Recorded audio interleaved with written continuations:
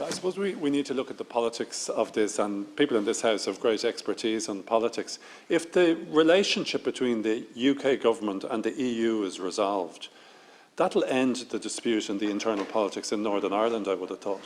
Because the reason why politics in Northern Ireland is being fuelled by the row in respect of the protocol is they're being given messages that this will change. The British government are sending out those messages that we can change the agreement we entered into, that the protocol has to be ditched.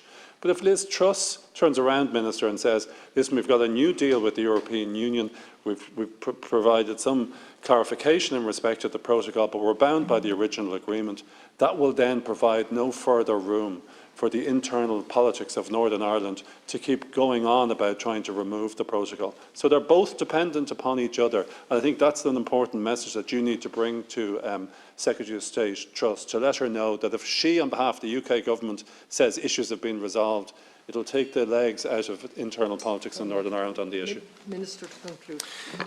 Yeah, look, I agree with the comments that have been made by all sides here. This is an issue that needs to be resolved politically. I think it is helpful, by the way, that the Brexit negotiations are now back in the Foreign Office, because I think that the Foreign Secretary Truss is very much aware of the broader issues. We also spoke about Russia-Ukraine, for example, at length at that meeting on the 6th of January.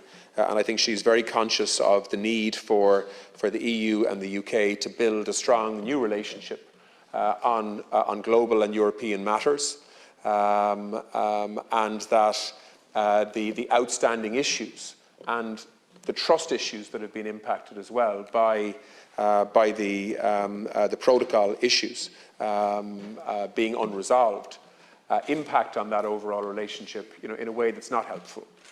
So I think that there is a bigger picture here. We need to find a way of ensuring the British government and the EU find accommodation of each other on this issue. And obviously Ireland has to ensure that Ireland's interests are protected in that, and we are doing that very actively.